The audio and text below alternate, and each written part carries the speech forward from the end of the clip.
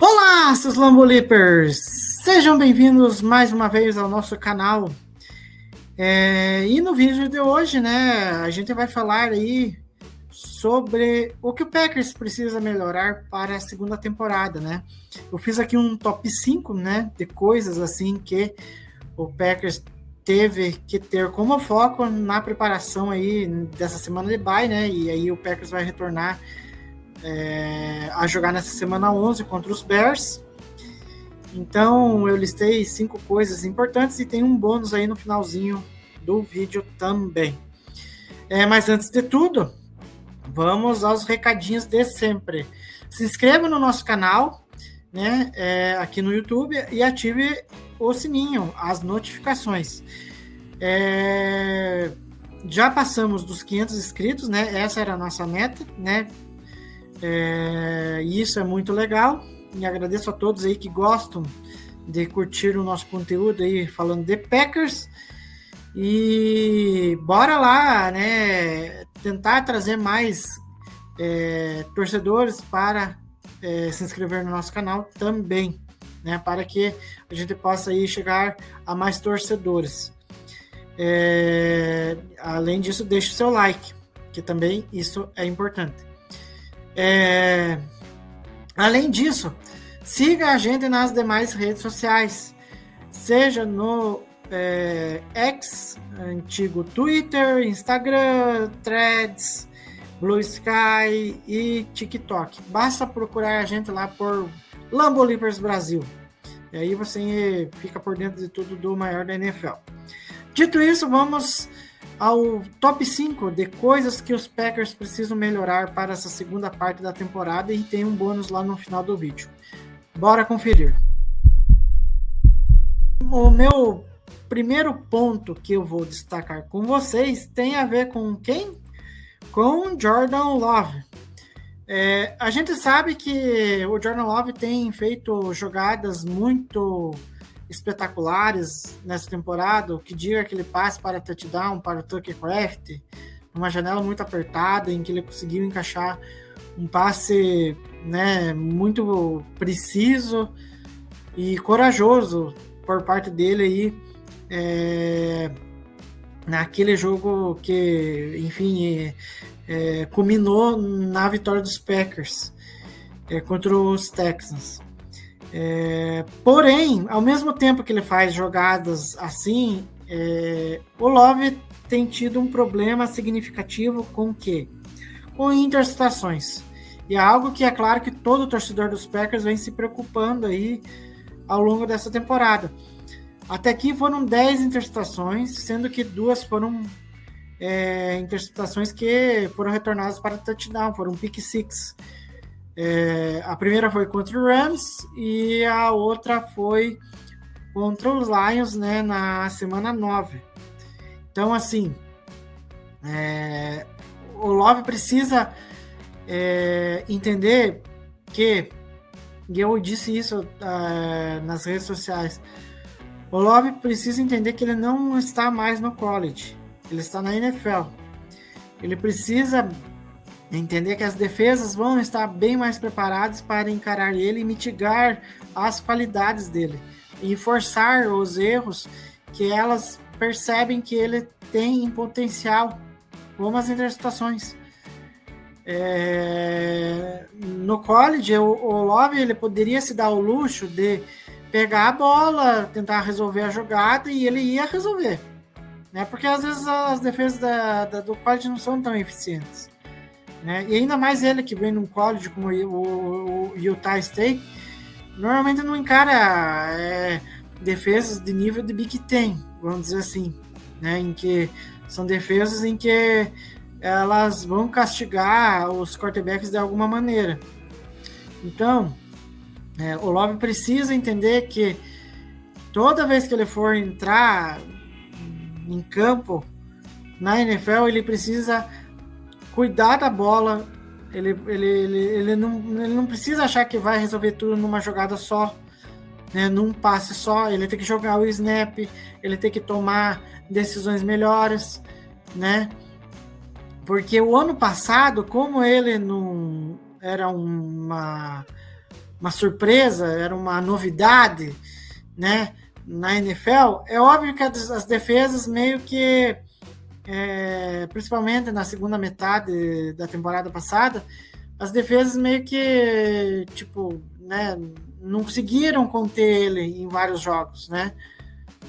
E olha que no começo também da temporada o Love teve boas atuações, mas também conviveu com interceptações, né? Só que de um ano para outro, com mais quantidade de vídeos à disposição para ver, o Love ia ser mais visado, as defesas iam se preparar melhor para conter a característica dele, que, enfim, eu não acho ruim ele querer ser corajoso, lançar a bola em profundidade, querer resolver até o limite, mas tem momentos em que nem o próprio Matt LaFleur disse em entrevista ao Mike Scheidemann, às vezes é melhor tomar um sec ou jogar a bola para fora rapidamente do que alongar demais a jogada achando que vai resolver rapidamente, sabe? É óbvio que muitos de vocês vão se questionar, mas o Love já não é mais calor, o Love não é mais um cara que tá começando a liga. Mas pensem comigo, uma coisa é você estar atrás do Aaron Rodgers, aprendendo com ele, pegando as coisas boas, coisas ruins. Isso, eu acho que no desenvolvimento do Love foi algo fundamental. Ele próprio reconhece isso. Só que a partir do momento em que você pega e vai ter uma temporada completa, as coisas são totalmente diferentes. O Love vai querer recorrer a coisas que ele fazia muito no college, né? No ano passado foi assim, mas aí na segunda metade da temporada ele melhorou, ele tirou um pouco disso de ser hero ball, que nem a gente fala. Só que aí vem para essa temporada em que o ataque está mais azeitado, aí ele, sabe, ele acha que com o ataque mais azeitado ele pode fazer tudo de novo, de forma mais arriscada, de forma mais agressiva. E com as defesas se preparando melhor, não quer dizer que ele vai ter sucesso, sabe? Então, assim, o Love precisa entender que, apesar dele ter a experiência de ter ficado no banco com o Rodgers, ele tem ainda alguns resquícios de college no jogo dele. E ele precisa limpar isso, sabe? Porque, para vocês terem uma ideia, atualmente o Love está em 14º em EPA por jogada, né? Que a EPA é uma estatística avançada que é usada aí no futebol americano para avaliar a eficiência de determinadas jogadas, né? E ela, aí, enfim, ela mede o quanto cada jogada contribui, gerando uma expectativa de pontos de um time, e aí calcula pontos adicionais em cada jogada específica, se acrescentando ou reduzindo para o time as chances no ataque, né, comparando ao ponto de partida de cada jogada. Basicamente explicando o que é EPA. E se ele está em 14º em EPA nessa temporada, o Love, se você excluir os turnovers, o Love é o 5º em EPA por jogada. Então, assim, cabe ao Love entender que ele precisa jogar de acordo com aquilo que a defesa lhe entrega. Ele não pode... outra coisa que o LaFleur falou, é legal que o Love tenha essa habilidade de fugir dos sacks, né? É um dos QBs que tem um talento assim absurdo em fugir do pass rusher que vai lá tentar sacar ele acaba escapando. Mas o Love tem que entender que não é só fugindo. Não precisa só fugir do sec, sabe? Às vezes aceitar o sec é melhor, porque aí você evita de tomar uma decisão errada, né? E eu acho que muito love é disso, é de querer resolver, prolongar demais a jogada, e às vezes não é necessário prolongar a jogada, porque às vezes o ataque já saiu da fora do script, que ele mesmo não vai conseguir resolver, né? Então, vamos ver aí se no jogo contra os Bears aí, que a gente sabe que o Bears pode não estar num momento bom, mas é uma defesa que pode forçar algum turnover e fazer diferença nessa partida pela semana 11. Agora vamos passar para outro assunto, né? Agora vamos aí passar para a defesa.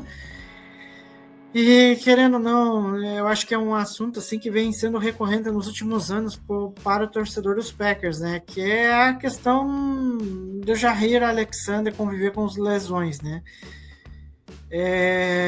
O Jaire ele precisa se manter saudável para que essa defesa tenha um melhor desempenho, principalmente no jogo de passe. Porque no ano passado, quando ainda havia o Russell Douglas no elenco, o Packers não perdia tanto com a ausência do Jaire, né?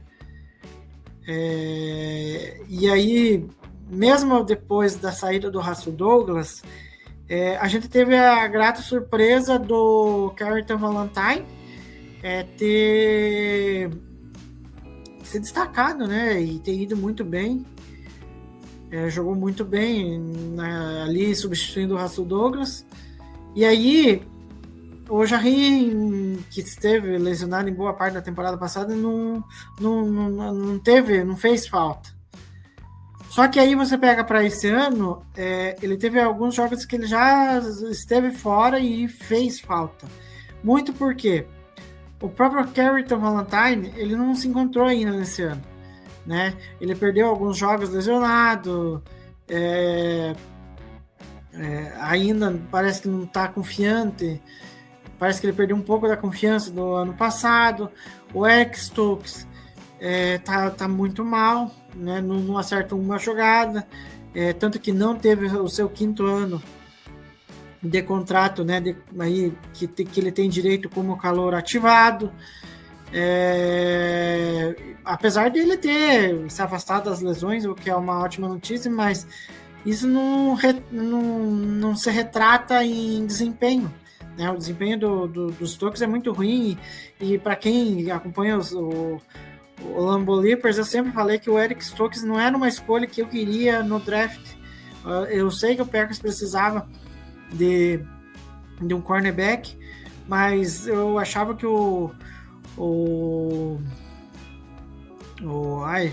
fugiu o nome, o Tyson Campbell, que era o companheiro dele em Georgia, muito melhor, né? Tanto que, se não me engano, o Tyson Campbell renovou o contrato com os Jaguars, ou tava para renovar, enfim, aí eu teria que procurar direitinho para saber. Então, é complicado. O Eric Stokes provavelmente o ano que vem já não vai estar mais no elenco dos Packers. Aí você tem o Keisean Nixon, que estendeu o contrato na off-season, é um jogador que se tornou caro, vem atuando no slot, mas convenhamos, não é um cara que seja confiável, né, para jogar ali na secundária, na minha visão. Apesar de que os números contradizem a visão que a gente tem, né, mas para mim ele é muito 880. Eu me lembro de algumas, acho que 2 jogadas contra o Rams, em que numa ele foi muito bem, ele evitou um touchdown, aí na outra ele vai lá e força, erra a marcação do jogador, e aí o Rams consegue a primeira descida, sabe? Então não dá para contar muito com o Jaire, né? E aí, nessa temporada, com a ausência do Jaire, o Nixon aí teve que ser movido para jogar no outside. E ainda assim o Nixon não é um destaque na secundária, né? Então, assim, cara, o Packers, de certa forma, negligenciou a posição. porque sabia que o Jarry poderia mais uma vez se lesionar, poderia ser um problema, né? E aí, vamos ver como que o Jarry vai estar a condição dele, porque nessa reta final da temporada aí, os Packers vão pegar ataques aéreos nada desprezíveis, né? E teremos o 49ers aí, né? Depois dos Bears, com o Purdy tendo uma ótima temporada passando a bola. É óbvio que eles não têm o Brandon Ayuk, né? Mas ainda assim eles fazem um estrago ali com o George Kittle, com o John Jennings, né? Que são caras ali que o próprio Christian McCaffrey que voltou, que é um cara importante recebendo o passe. Então, assim, né?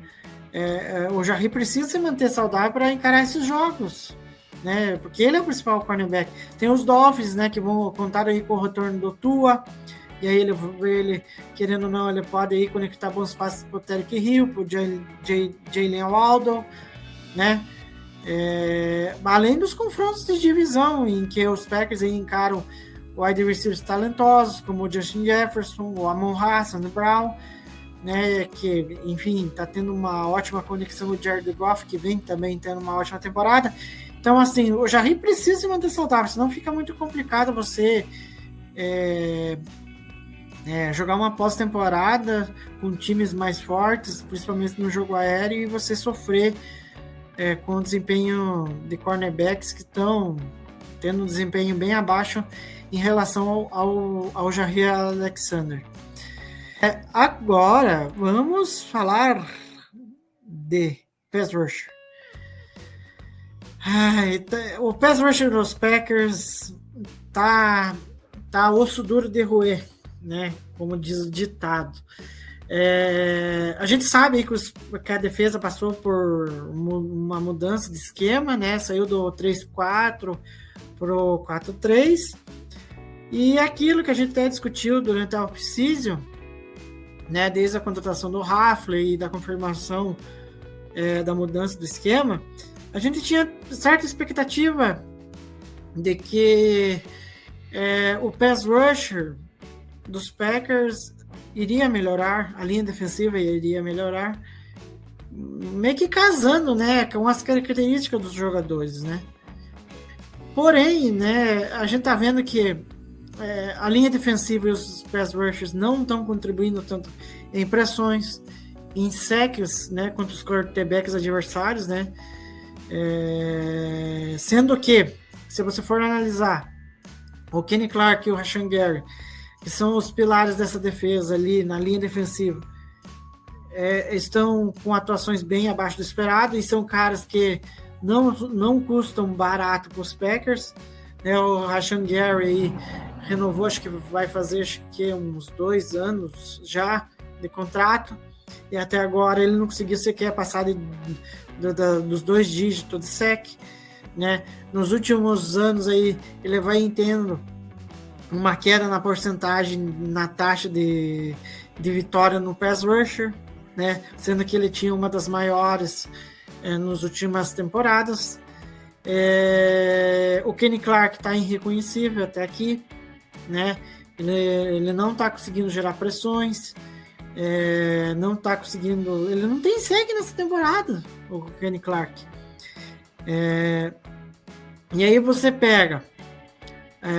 Temos a saída do Preston Smith, que foi para os Steelers. Aí, agora, a tendência é que o Lucas Van Ness siga de titular, mas dá a sensação que ele está numa regressão no segundo ano, né? Ele já tinha que ter dado um passo à frente e até agora ele não conseguiu. Vamos aí contra os Bears, até estava vendo uma informação que nos 2 jogos contra os Bears, o Van Ness acabou tendo 2 sacks, né? No primeiro jogo lá contra os Bears foi até bonito contra o Justin Fields, né? Mas nesse ano ele não apareceu. Talvez o nosso melhor edge seja o Kingsley Enagbare, mas também não é um cara que está tendo atuações de brilhar os olhos. Vamos ver como que eles vão reagir nessa segunda metade da temporada. É essencial que eles tenham um desempenho melhor. Porque, cara, são 9 jogos. Não dá para você ficar com o papinho que o Brian Gutekunst disse, que o Jason Rebrovich lá, que é o técnico de linha defensiva dos Packers, fala assim, mas os caras ainda estão procurando se encontrar nessa nova formação da defesa. Uma hora eles vão ter boas jogadas, vão conseguir ter um ótimo desempenho, sabe? Eles vão conseguir ser mais consistentes. Enfim, eu não sei se essa desculpa cola muito. Já era para ter aparecido, sabe? E aí, além desses jogadores que eu falei, né? Van Ness, Kenny Clark, Rashan Gary, o Aaron Mosby e o Brenton Cox, né? Vão ter que aparecer aí, vão rotacionar junto com o Van Ness e o Rashan Gary, o próprio Enigbari, então eles vão rotacionar tudo junto aí. E aí eles vão ter que mostrar serviço, né?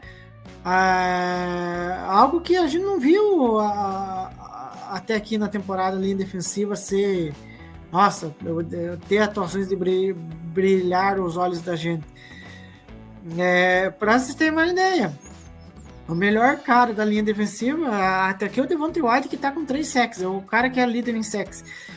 Sendo que o White, ele perdeu alguns jogos. Você vê em que situação essa linha defensiva dos Packers está, né? E aí fica a questão. Se essa linha defensiva, no geral, o pass rush não funcionar de uma forma melhor, que dê respostas positivas, a falta, né, de solucionar esse problema por parte do Gutekunst, seja via free agency, draft ou troca, e aí vai muito daquilo da questão do cornerback que eu disse anteriormente, pode ter sido um tiro no pé por parte do Gutekunst, de confiar demais nesses caras, de achar que esses caras iriam resolver, né? Porque não é para estar com rendimento tão baixo nessa altura da temporada com 9 jogos. O pass rush precisa urgentemente, né, de produção, seja pressionando o QB, seja sendo efetiva em sacks, né? Agora vamos passar para um assunto aí que é outro assunto que o Packers precisa melhorar urgentemente nessa temporada. Até porque é uma das coisas mais irritantes que o torcedor dos Packers, né?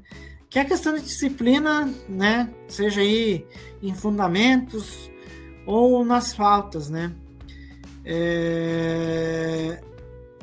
Os Packers estão com os recebedores dropando de uma forma até assustadora, em especial Devontae Winks. Ao entrar na semana 11, para vocês terem uma ideia, o Devontae Winks tem a maior taxa de drop da NFL, 27,3%. E de acordo com o Pro Football Focus, o Winks é o único wide receiver na NFL com pelo menos 10 alvos contestados e nenhuma recepção contestada feita.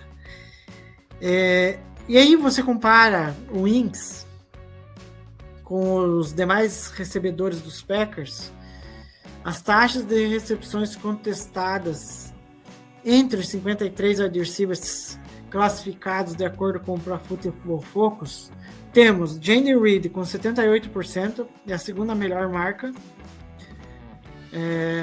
acho que se não me engano da liga. Christian Watson com 75%, é a terceira melhor marca, e Romeo Doubs com 71%, que é a sexta maior marca. Então, assim, o Winks, não adianta ele ter o talento de ser um cara que cria facilmente a separação, mas ele precisa agarrar a bola, sabe? Ele precisa ter mais confiança.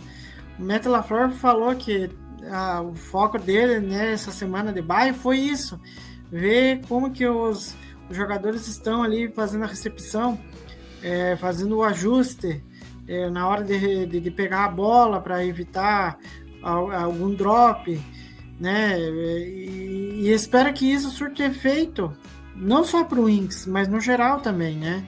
Porque contra os Lions teve uns drops assim, que não importa se era recebedor, era com os tight ends, Turkcraft teve um drop miserável contra os Lions, o Chris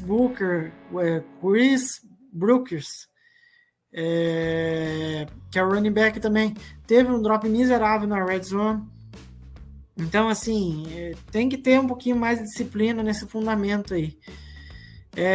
Fora que as faltas, né? As faltas dos Packers vem, né, mutilando o time em vários sentidos, né?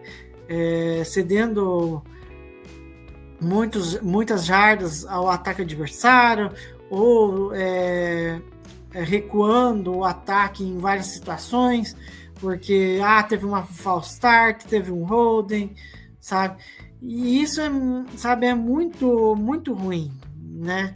Porque você perde oportunidades de evitar que um time pontue e de você mesmo pontuar, né?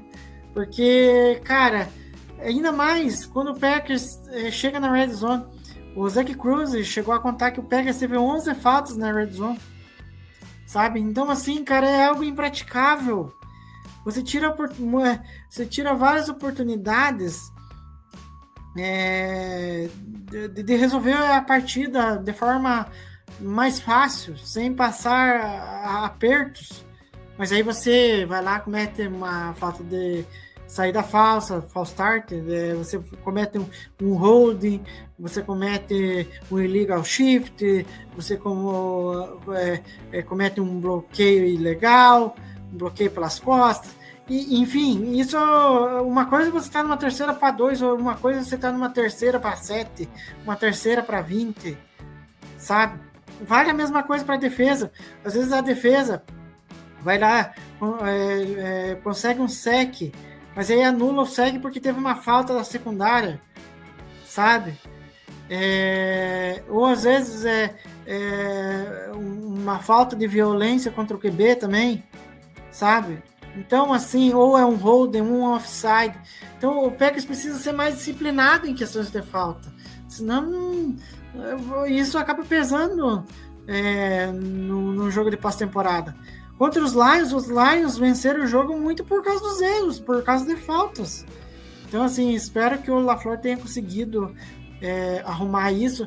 É óbvio que, como ele próprio falou, são coisas assim que, se fossem fáceis de corrigir, elas já teriam sido corrigidas, mas elas precisam ser mitigadas. Esses erros precisam ser mitigados, senão não dá para você vencer na NFL cometendo tantos erros.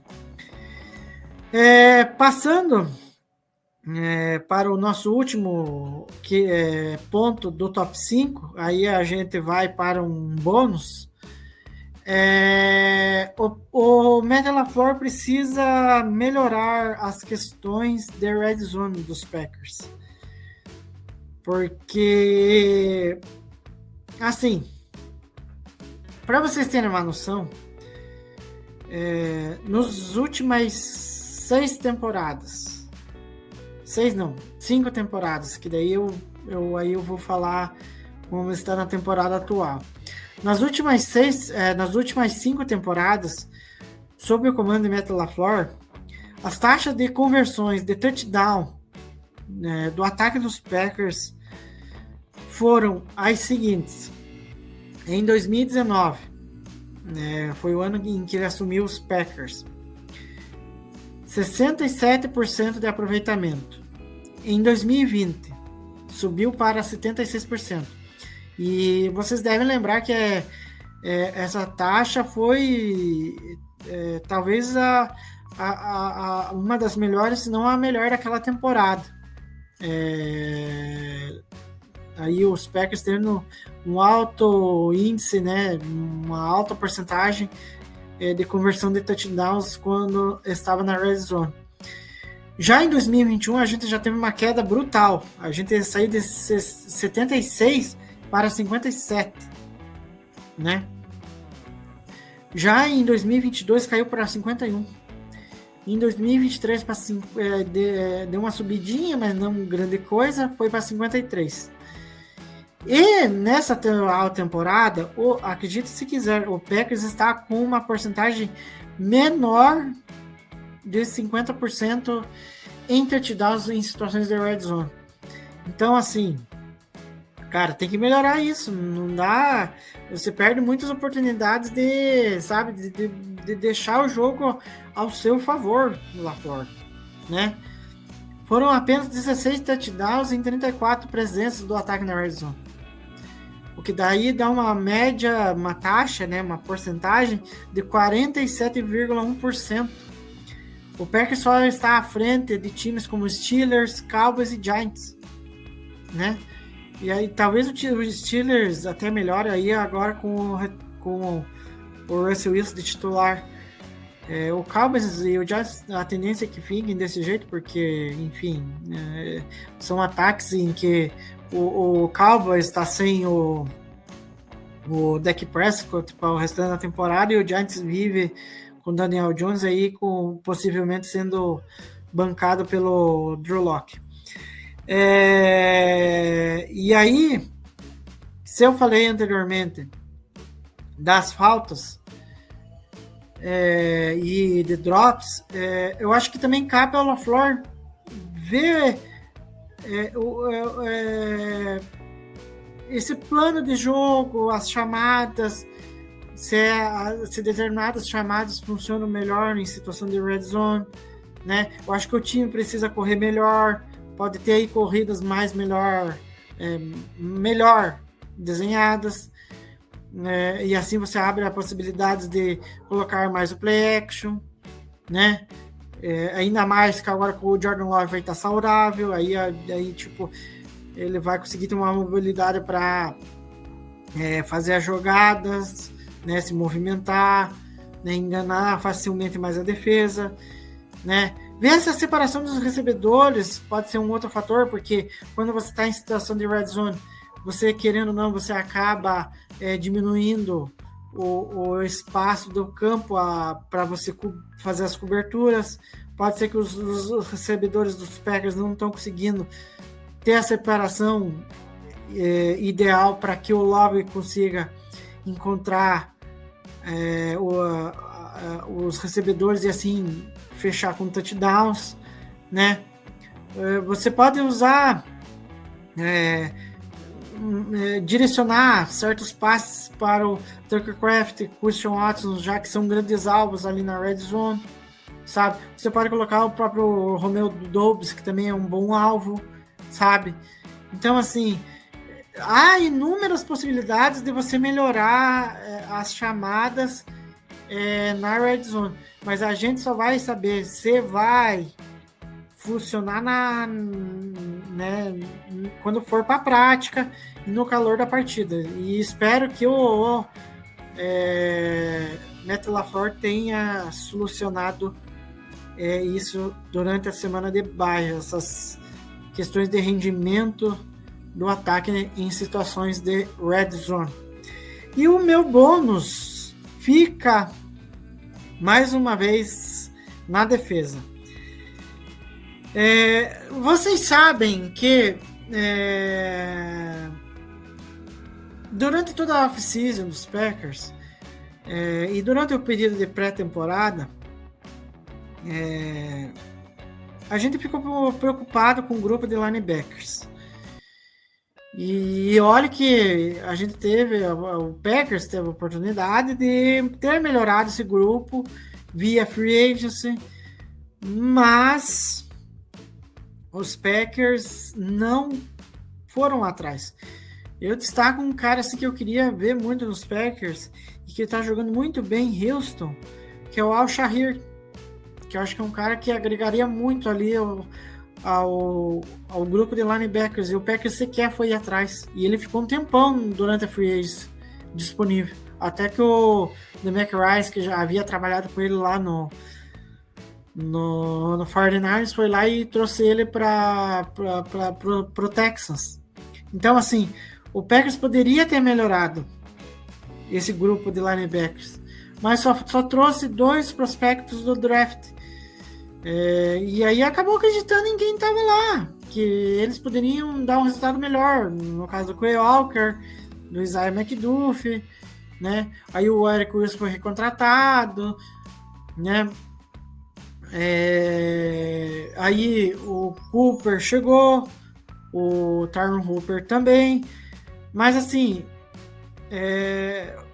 quem foram os titulares absolutos até aqui foram o Quay Walker e o Isaiah McDuffie. É uma coisa assim que eu não vou conseguir entender, né? Uma coisa assim que não dá. Os 2 desde que chegaram a Green Bay não foram, não mudaram o patamar da defesa, sabe? Você não dá para confiar nesses 2, né? E não seria agora nessa atual temporada em 2024 que nossa, o Quay Walker, o Isaiah McDuffie ia dar um salto na carreira. Jamais isso não iria chegar sequer perto. E aí vou trazer alguns números que corroboram de que Cooper e Eric Wilson, eles deveriam ser os titulares. Quay Walker e Isaiah McDuffie não deveriam estar lá ainda como os titulares quase em tempo integral. De acordo lá com o Pro Football Focus, o Eric Wilson está em 13º no ranking de linebackers, e o Edgerrin Cooper ocupa a 26ª posição. Isso entre 86 linebackers classificados. Aí você pega o Quay Walker, é o 79º lugar. Então, assim, deu 86. Ele está entre os últimos linebackers classificados, sabe? Tá na posição 79. Entre 86 linebackers é algo assim assustador.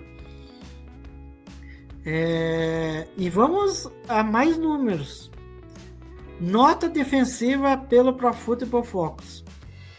Os que têm as melhores notas: Eric Wilson com 78.4, Edgerrin Cooper com 69.6.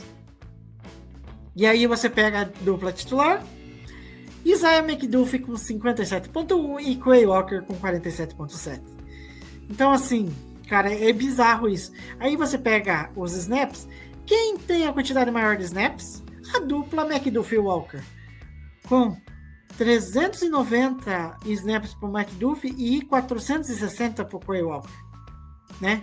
E aí o Wilson e o Edgerrin Cooper tem, respectivamente, 229 para o Wilson e 238 para o Cooper.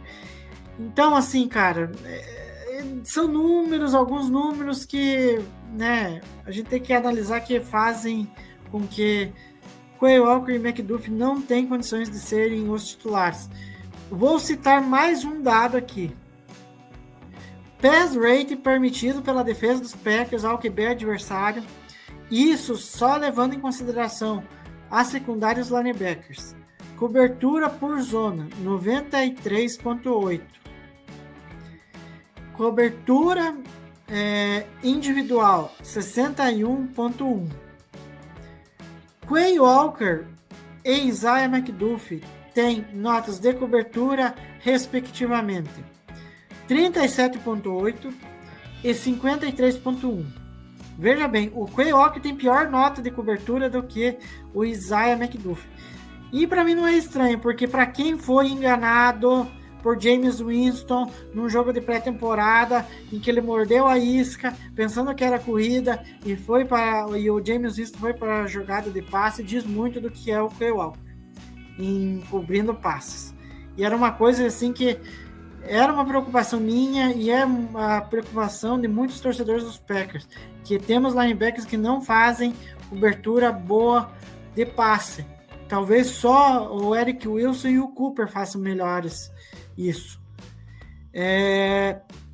E aí as notas em cobertura individual: 68.4 para o Walker e 71.4 para McDuffie. Então, assim, o Walker consegue ser pior do que o McDuffie ainda.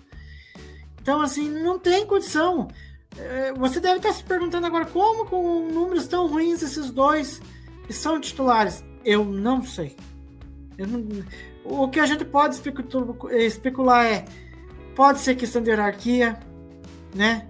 Porque o Packers, de certo, não está querendo colocar o Cooper de forma integral, como titular integral, né?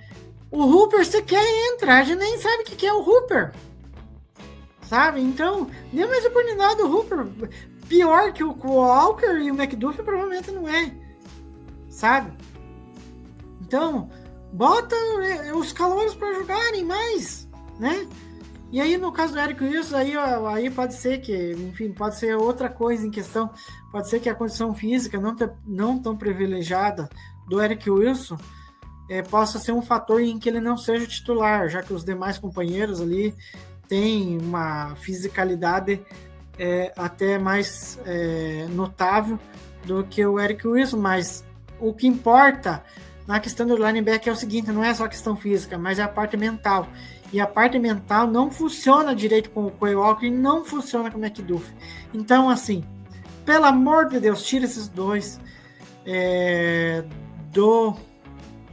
da titularidade da defesa dos Packers. Eu tenho certeza que a defesa vai jogar melhor. Se for necessário, coloca até o lado pó, testa o lado pó ali,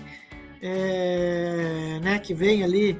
Eu passei um safety híbrido que pode atuar como linebacker, mas não deixem mais tempo com o Walker e McDuffie em campo. Isso só vai contar contra a defesa dos Packers. Bom, e se você chegou até aqui nesse vídeo, deixe seu like, se inscreva no nosso canal, é importante pra gente. Ative o sininho para saber quando tem novos vídeos como esse aqui. Até porque o like, se você deixar, o YouTube vai perceber que o conteúdo é de relevância. E além disso, se inscreva no nosso canal.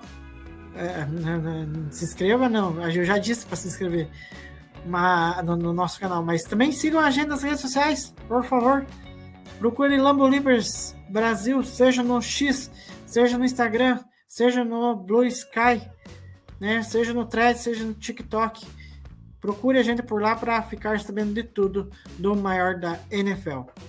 No mais, deixa o meu sincero gol, Pack Gol, e nos vemos numa próxima. E desculpe aí que, enfim, o vídeo era para ficar um pouquinho curto, mas eu acabei alongando e espero que vocês tenham curtido todo esse conteúdo de muita informação sobre os Packers, ok? Go Pack!